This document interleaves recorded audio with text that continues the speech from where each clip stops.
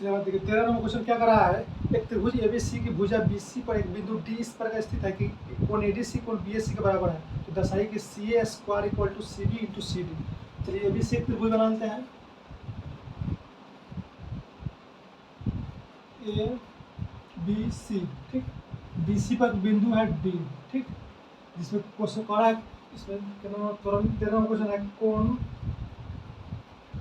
A D C बराबर है कोण बी एस सी के, ठीक।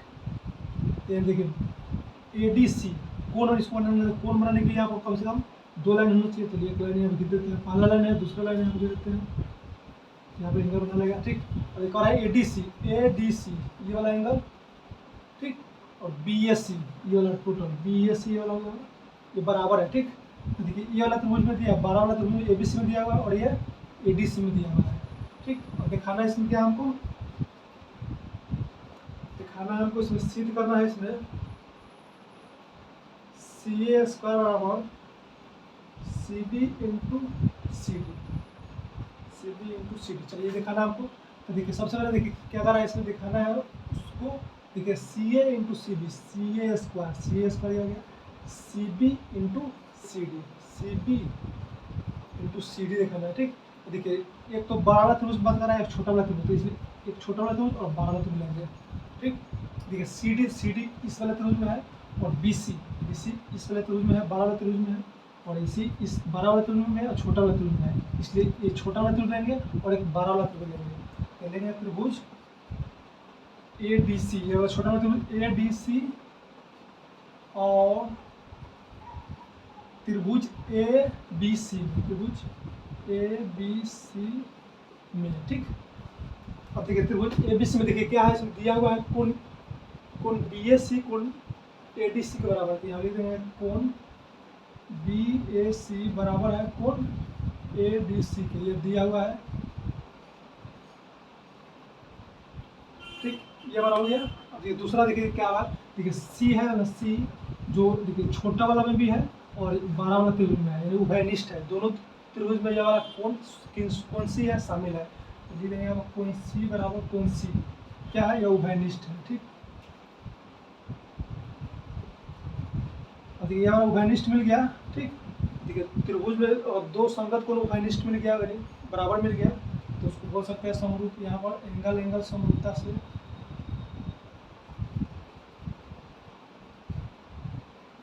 त्रिभुज के जो भी अति है, जैसे जो भी त्रिभुज समरूप दिखा देंगे, त्रिभुज ए डी सी समरूप त्रिभुज ए बी सी। देखिए हमको ये नहीं दिखाना है C A square equal to C B into C D. तो मान लीजिए त्रिभुज समरूप हो गया, तो इसके भुजा को अनुपात में लिख सकते हैं। चलिए इसको अनुपात में लिखते हैं और देखिए कैसे पहचानेंगे कौन सा भुजा किसके संगत है, ठीक। चलिए इसको कैसे पहचानेंगे, यहाँ पर देखिए ध्यान दीजिएगा, यहाँ पर देखिए यहाँ इसके मान सब लिखेंगे। देखिए यहाँ पर ए और डी, तो देखिए ए के सामने वाला भुजा क्या है, देखिए ए के सामने वाला, देखिए ए तो यहाँ पर है, तो छोटा वाला त्रिभुज और 12 वाला त्रिभुज दोनों को ध्यान देंगे, ठीक। तो देखिए छोटा वाला त्रिभुज सबसे 12 वाला, देखिए तो 12 वाला त्रिभुज के ए के सामने क्या है, बी सी, लिख देंगे यहाँ पर बी सी, ठीक। बी सी को एक्चुअली यहाँ लिखा गया है सी बी, इसलिए यहाँ पर सी बी लिखेंगे, ठीक। क्वेश्चन के अनुसार सी बी लिखा गया, ठीक। इसका उसी तरह देखिए छोटा वाला त्रिभुज में ए के सामने क्या है, सी डी, तो यहाँ लिख देंगे यहाँ पर सी डी हो जाएगा हमारा।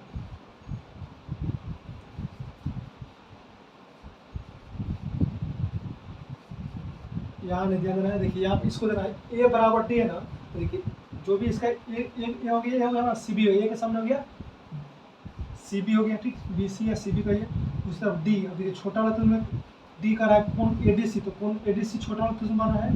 अब देखिए डी के सामने क्या है, ए सी, यहाँ लिख देंगे ए सी नहीं, यहाँ पर सी ए लिखा गया ए सी को, तो यहाँ पर सी ए लिख देंगे, ठीक।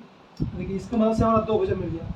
और देखिए कौन सी देखिए कौन सी, एक 12 वाला त्रिभुज लेंगे और छोटा वाला त्रिभुज, सबसे पहले 12 वाला त्रिभुज, तो कौन सी के सामने वाला 12 वाला त्रिभुज क्या है, ए बी, इसको लिख देंगे ए बी, ठीक। और छोटा वाला त्रिभुज क्या है, सी के सामने क्या है, ए डी, इसको लिख देंगे क्या, ए डी लिख देंगे, ठीक। और ये दूसरा हमारा क्या बच गया, देखिए हम लोग 12 वाला त्रिभुज में क्या बात कर दिए, यहाँ पर ए, इसका काम हो गया 12 वाला त्रिभुज में, ठीक। और डी का काम हो गया, छोटा वाला त्रिभुज में जो काम हो गया, ठीक। उसके बाद सी का भी काम हो गया, 12 और छोटा दोनों में काम हो गया। देखिए बचा क्या हमारा, इसमें बी बचा, ठीक। इसमें बी बचा और इसमें हमारा ये वाला देखिए छोटा वाला त्रिभुज में देखिए 12 वाला त्रिभुज, ये सिर्फ यहाँ 12 वाला त्रिभुज, छोटा वाला त्रिभुज यहाँ बाकी है, यहाँ पर ये वाला बाकी है। तो देखिए इसमें बी के सामने क्या है, एस सी, ए सी को हमको सी ए लिखना है। और जिसमें देखिए छोटा वाला त्रिभुज में ए के सामने क्या है, सी डी, तो सी डी हो गया। ये हमारा त्रिभुज समरूप है तो अनुपात में लिख दिए। अब इसको कैसे लिखेंगे, तो देखिए यहाँ पर वैसा लेंगे हम लोग, सी ए और सी डी वाला लेंगे, सी ए बी सी और सी डी हो। देखिए यहाँ पर सी बी सी ए सी डी, देखिए फर्स्ट और लास्ट को लेंगे, ठीक।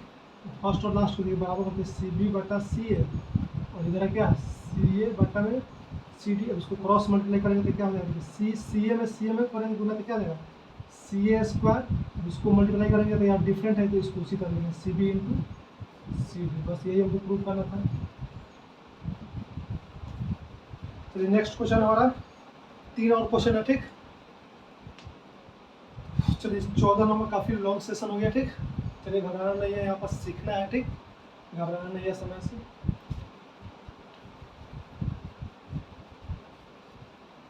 तो इसको ऑफ कर दिया, ठीक। वीडियो को पॉज कर या बैक का कपड़ा लिख लिया, ठीक। अपलोडेड वीडियो रहेगा चैनल पर। चलिए 14 नंबर क्वेश्चन देखिए क्या कर रहा है हमारा, एक त्रिभुज ए बी सी की भुजाएं ए बी और ए सी तथा माध्यिका ए डी एक अन्य त्रिभुज पी क्यू पी आर माध्यिका पी एम का समानुपाती है तो दर्शाइए कि। देखिए ये वाला क्वेश्चन हम लोग कर चुके हैं ऑलरेडी। कितना नंबर क्वेश्चन, तो हम लोग कर चुके हैं 12 और 14, बिल्कुल सेम है, थोड़ा सा डिफरेंट है, तो आप लोग इसको होमवर्क ले छोड़ते हैं, ठीक। 12 और 14 को रिलेट कीजिएगा, काफ़ी आसान, उसी के थ्रू ये भी बनेगा, ठीक। जैसे उसमें पहले समरूप दिखाया तो उसके बाद 2 उसमें समरूप दिखाना पड़ा है, ठीक, उसी तरह इसमें भी दिखाना पड़ेगा, ठीक। तो 12 और 14 बिल्कुल सेम है, ठीक। इतना तो आप लोग कर सकते हैं, सेम क्वेश्चन को बना सकते हैं। काफ़ी इसमें क्वेश्चन ज़्यादा था इसलिए यहाँ पर लंबा समय लग गया है। चलिए कोई बात नहीं, यहाँ पर 12 14 होमवर्क है, ठीक। आप लोग के लिए 14 बनाकर कमेंट कीजिएगा, ठीक। चलिए 15 नंबर क्वेश्चन देते हैं, ठीक। 14 नंबर सेम क्वेश्चन है इसलिए छोड़ दिए, ठीक।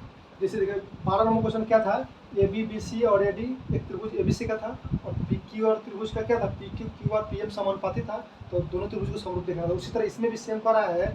14 नंबर क्वेश्चन में एक बार पढ़ रहे हैं, त्रिभुज ए बी सी की भुजा दिया है ए बी ए सी माध्यिका ए डी, और अन्य त्रिभुज दिया है पी क्यू आर में पी क्यू पी आर और माध्यिका पी एम समानुपाती है, तो त्रिभुज ए बी सी और पी क्यू आर सेम इसको दिखाना है, कुछ नहीं करना था इसमें। अभी 15 नंबर क्वेश्चन लेते हैं। देखिए लंबाई 6 मीटर वाले एक ऊर्ध्वाधर स्तंभ की भूमि पर छाया की लंबाई 4 मीटर है, ठीक। जबकि उसी समय एक मीनार की छाया की लंबाई 28 मीटर है, तो मीनार का ऊंचाई ज्ञात करें। देखिए ये वाला क्वेश्चन हाइट और डिस्टेंस में पढ़ना है, और इसमें देखिए त्रिभुज में कैसे बनाना है, चलिए इसको समझते हैं। तो एक और 6 मीटर वाला स्तंभ है, खंभा है, ठीक। 6 मीटर इसका लंबा है, यहाँ पर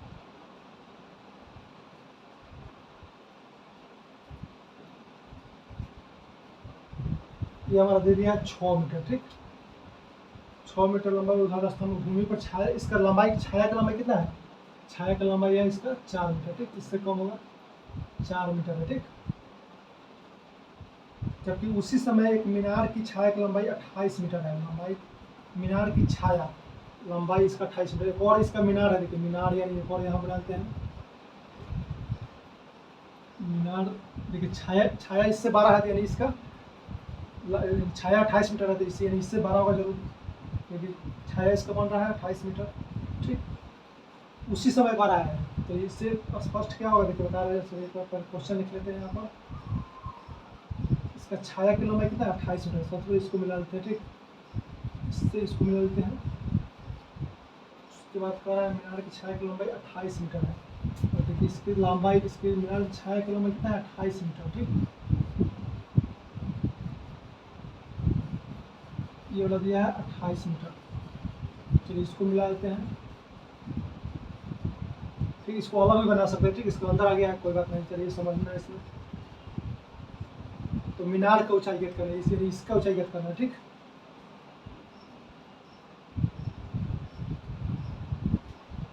चलिए इस मीनार का ऊंचाई ज्ञात करना है, ठीक।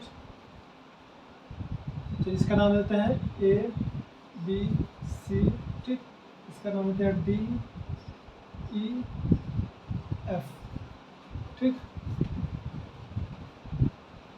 चलिए देखिए क्वेश्चन में क्या करा है इसमें, देखिए कंसेप्ट छुपा हुआ है, क्या छुपा हुआ है, देखिए कह रहा है 6 मीटर लंबाई ध्वजा स्तंभ है, उसकी छाया 4 मीटर है, जो कि उसी समय एक मीनार की छाया की लंबाई, देखिए उसी समय करा है यहाँ पर। तो देखिए उसी समय मतलब देखिए मान लीजिए यहाँ पर सूर्य भगवान इधर होंगे तो हमने छाया इधर बनेगा, ठीक। तो देखिए कह रहा है उसी समय कह रहा है, तो उसी समय करने मतलब जो प्रकाश यहाँ पर एंगल बनाएगा वो एंगल यहाँ भी बनेगा, इससे इसमें छुपा हुआ है, ठीक। ध्यान देने की बात है, उसी समय का रहा है इसमें, इसलिए आप ये वाला कोण एक कोण डी के बराबर है। ये अगर मान लिया 10 होगा तो भी 10, 20 तो 20, एंगल यहाँ बराबर हो जाएगा हमारे यहाँ।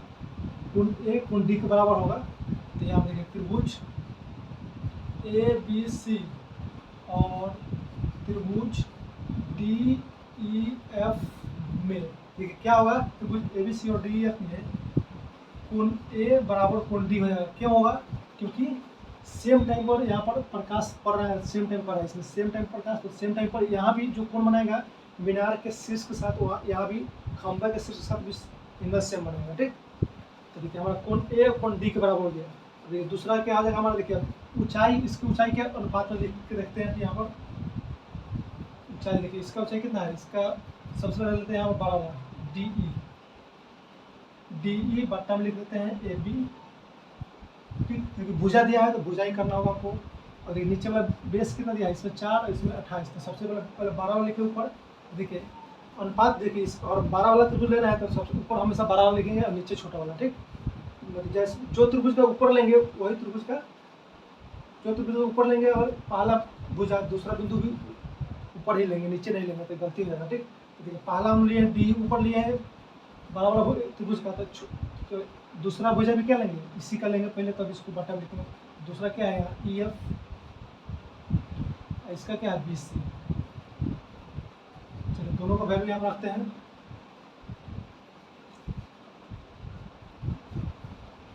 चलिए देखिए इसको चाहे समरूपता भी दिखा सकते हैं, इसको क्या देखिए मान लीजिए यहाँ पर यह कोण मिल गया, दो भुजा को अनुपात में मिल गया, जैसे कि मान लीजिए मीनार है, ठीक। ये कोई खंभा है, इसका छाया है, ठीक। उसी तरह यहाँ पर दूसरा अथी है, यहाँ पर मीनार है, ठीक, और इसका छाया है। तो देखिए आकृति क्या बना है, यहाँ पर आकृति सेम बना है, भले डिस्टेंस में कोई फर्क हो। हम लोग समरूप में क्या पढ़े, समरूप त्रिभुज में यहाँ पर आकृति से फर्क नहीं पड़ता है, यहाँ पर त्रिभुज समान रूप में दिखना चाहिए तो समरूप बोल सकते हैं, ठीक। तो यहाँ देखिए इसको अनुपात में और इसको अनुपात में लिखेंगे तो बराबर ही आएगा। मान लीजिए अगर यहाँ पर अगर मान लेते हैं यहाँ पर 10 है, ठीक, या 20 है, 30 है, ठीक। इस तरह यहाँ पर मान लेते हैं यहाँ पर यह बना हो गया 40 हो गया, इसको कॉमन होगा, इसको मान लेते हैं, इसको मान लेते हैं इसको 10 और ये वाला 15, ठीक। तो इसको मैं बराबर में लिख सकते हैं, इसको 20/10 30/15 काटिएगा तो 10 दूना 20, 10 33, 10 15 ना है, 15 दूना 30, दोनों बराबर आ जाएगा, ठीक। यानी रूप इसका समान होना चाहिए बस। समरूप में क्या होता है, इसका रूप समान, नाम है समरूप, सम मतलब बराबर, रूप मतलब रूप समान लिखना चाहिए, ठीक। इसको समरूप बोल सकते हैं यहाँ पर हमारे SAS समरूपता से बोल सकते हैं। यहाँ पर त्रिभुज ABC समरूप हो जाएगा त्रिभुज DEF के। अब समरूप हो जाएगा तो इसका भुजा को अनुपात में लिख देंगे, तो पहले शुरू लेते हैं यहाँ पर DE, इसके संगत भुजा यह हो जाएगा AB और BC, नीचे वाला इसके नीचे वाला का हो जाएगा संगत भुजा के अनुपात में EF/BC। अब इसका वैल्यू लिख देते हैं, DE हमको निकालना है, मीनार की ऊंचाई है DE, और AB दिया हुआ हमारा 6, ठीक। इस तरह EF दिया है 28 और BC दिया हुआ है, BC दिया हुआ 4, ठीक। 4 7 28 और 7 6 42, क्रॉस मल्टीप्लाई क्या जाएगा हमारा DE का मान हो जाएगा 42 मीटर, यानी मीनार की ऊंचाई कितना जाएगा, मीनार की ऊंचाई हमारा 42 मीटर हो जाएगा। बस इसमें कुछ नहीं करना था, समरूप दिखाकर भुजा को अनुपात में लिखना था, ठीक। चलिए नेक्स्ट क्वेश्चन लेते हैं। नेक्स्ट हमारा लास्ट क्वेश्चन है, इसको रफ करते हैं, ठीक।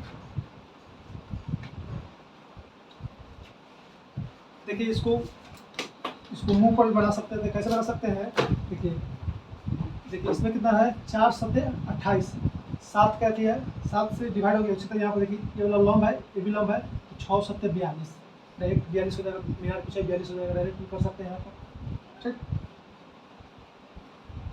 चलिए लास्ट क्वेश्चन हमारा 16 नंबर क्वेश्चन, इसको रफ करते हैं।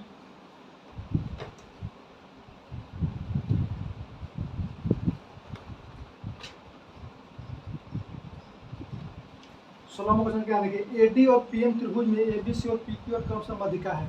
एडी और पीएम है जो कि एबीसी और पीक्यू आर की माध्यिका है, जबकि त्रिभुज एबीसी पीक्यू आर समरूप है। तो सिद्ध कीजिए कि एबी बटा पीक्यू बराबर एडी बटा पीएम। चलिए आप त्रिभुज दिया है, यहाँ पर दो त्रिभुज दिया है, इसका नाम है A B C P Q R, ठीक। और देखिए एबीसी का एबी का माध्यिका है, एबीसी का माध्यिका है एडी और पीक्यू आर की माध्यिका है पीएम। देखिए माध्यिका का मतलब जो जिस भुजा पर माध्यिका होगा उसको बराबर बराबर भाग में बांटेगा, ठीक। तो देखिए इसमें दिया है क्या, त्रिभुज ए बी सी समरूप है त्रिभुज पी क्यू आर के, ठीक। तो इसमें देखिए सिद्ध क्या करना हमको, ए बी बटा में पी क्यू बराबर में क्या है ए डी बटा में पी एम। चलिए लास्ट क्वेश्चन हमारा है, फाइनली एक्सरसाइज खत्म हो जाएगा, ठीक। चलिए सबसे लंबा इसमें त्रिभुज क्षेत्र में सबसे लंबा एक्सरसाइज यही था, ठीक। चलिए हमारा देखिए ये हमारा दिया हुआ है, ठीक। अब देखिए सबसे पहले कंडीशन क्या दिया है, ए डी माध्यिका है त्रिभुज एबीसी का और पी एम माध्यिका है त्रिभुज पी क्यू आर का। तो सिद्ध क्या करना है हमको, सिद्ध ये करना है, ठीक। ए बी बटा पी क्यू, ए बी बटा पी क्यू और ए डी बटा पी एम। चलिए देखिए ए डी बटा पी एम, तो देखिए ये वाला त्रिभुज और ये वाला त्रिभुज लेते हैं, ठीक। सबसे पहले देखिए समरूप दिया है, इसकी मदद से कुछ पॉइंट लिख लेते हैं जो कि हेल्प करेगा इसमें। यहाँ लिखते हैं त्रिभुज, चूंकि त्रिभुज ए बी सी समरूप है त्रिभुज पी क्यू आर के, तो इसका जो भी कोण और भुजा अनुपात में लिख दीजिए, ठीक। कोण ए कोण पी के बराबर हो जाएगा, कोण बी कोण क्यू के बराबर हो जाएगा, कोण सी कोण आर के बराबर हो जाएगा, ए बी बटा पी क्यू हो जाएगा, ठीक। ए बी बटा में पी क्यू, ए सी बटा पी आर, बी सी बटा क्यू आर। समझाने की जरूरत नहीं है क्योंकि बहुत सारा क्वेश्चन में ये करते आए हैं, ठीक।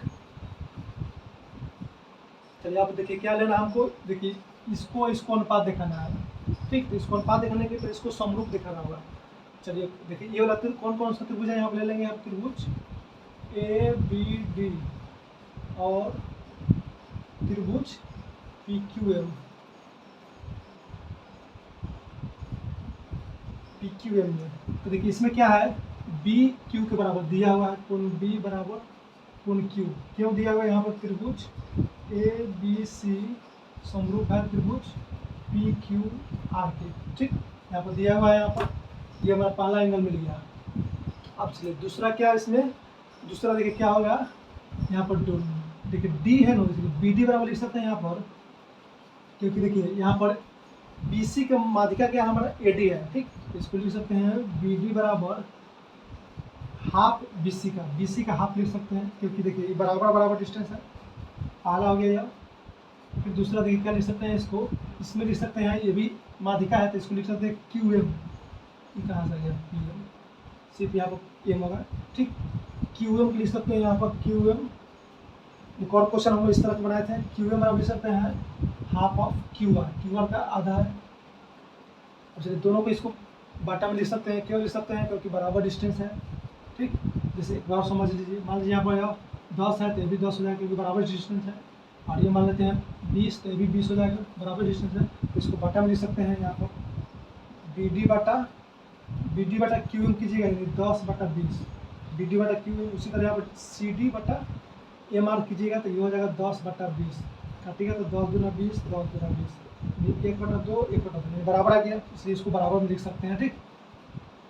तो इसको बराबर में बी डी बटा Q M half of B C बटा half of Q R, half से हाफ कट जाएगा यहाँ पर, तो यहाँ पर आ गया बी डी बटा क्यू एम बराबर में क्या है बी सी बटा क्यू आर। अब देखिए बी डी बटा क्यू एम, बी डी बटा क्यू एम, ठीक, और बी सी बटा क्यू आर। चलिए यहाँ पर देखिए इसमें यहाँ पर रिप्लेस करते हैं इसमें, ठीक। देखिए हमको क्या चाहिए, इसमें पहला कोण मिल गया, ठीक। अब यहाँ पर ए बी बटा पी क्यू, ठीक, और ए बी बटा पी क्यू और बी सी बटा क्यू आर लेना है, ठीक। तो बी सी बटा क्यू आर को यहाँ से प्लेस कर देंगे, ठीक। देखिए यहाँ पर ध्यान दीजिए, देखिए इस वाला त्रिभुज में हमारा कोण मिल गया और दो भुजा का अनुपात ले लेंगे तो हम लोग ये वाला समरूप का कंडीशन लगा सकते हैं, ठीक। वही ट्राई कर रहे हैं यहाँ पर। देखिए हमको यहाँ इसके मदद से क्या मिल गया, यहाँ पर देखिए इसमें पहला तो ए बी बटा पी क्यू, ए बी बटा पी क्यू को जरूरी है तो यहाँ लिख लेते हैं, यहाँ पर ए बी बटा में पी क्यू, ठीक। अब देखिए यहाँ पर देखिए ये बराबर में तो कोई दो ले सकते हैं, तो यहाँ पर ये और ये दो ले सकते हैं, इसको लिख ही लेते हैं यहाँ पर बी सी बटा क्यू आर। देखिए इसमें से ये वाला और ये वाला ले लिए, दो ले लिए यहाँ पर। अब देखिए यहाँ पर ए बी बटा में पी क्यू और बी सी बटा क्यू आर का लिख सकते हैं B D by Q M, B D by Q M. अब देखिए इसको और इसको ध्यान दीजिए, कोण देखिए कोण बी कोण क्यू, और इस कोण बी को बनाने वाला भुजा बी डी और ए बी है, क्यू को बनाने वाला कोण क्यू को बनाने वाला भुजा क्यू एम और पी क्यू, छोटा वाला त्रिभुज में बात कर रहे हैं। ये हमारा मिल गया, देखिए ए बी बटा पी क्यू बी डी बटा क्यू एम, तो दो भुजानुपात में मिल गया, हमारा कोण बराबर मिल गया, ठीक। तो इसको समरूप बोल सकते हैं, यहाँ पर इसको बोल सकते हैं, यहाँ पर इसको रफ करते हैं, ठीक। यहाँ बोल सकते हैं कि हमारा त्रिभुज एबीटी में हमारा यहाँ पर एस ए एस समरूपता से, समरूपता से क्या हो जाएगा हमारा त्रिभुज ए बी सी, देखिए माने तो त्रिभुज सॉरी ए बी डी है, ए बी डी समरूप हो जाएगा त्रिभुज पी क्यू एम के, बस ये वाला समरूप हो गया। अब देखिए ये वाला समरूप हो गया तो इसके भुजा को अनुपात में लिख सकते हैं, तो चलिए इसको भुजा ले लेते हैं, ए बी बटा में पी क्यू, ठीक, ए बी बटा पी क्यू। उसके बाद देखिए ये वाला भुजा छोटा वाला तो उसको सब भुजा को अनुपात में लिख लीजिए, बी डी नीचे वाला बी डी, इसका नीचे वाला क्या है क्यू एम, और देखिए लॉम क्या है ए डी, इसमें क्या है पी एम, ए डी बटा पी एम। देखिए हमको दिखाना क्या है ए बी बटा पी क्यू और ए डी बटा पी एम, ये और ये दिखाना है, ठीक। ये दोनों को बराबर में लिख दीजिए यहाँ पर ए बी बटा में पी क्यू और ए डी बटा पी एम। चलिए फाइनली हमारा एक्सरसाइज खत्म हो गया। चलिए मिलते हैं नेक्स्ट वीडियो में, तब तक के जय हिंद, bye bye, take care, thanks for watching video.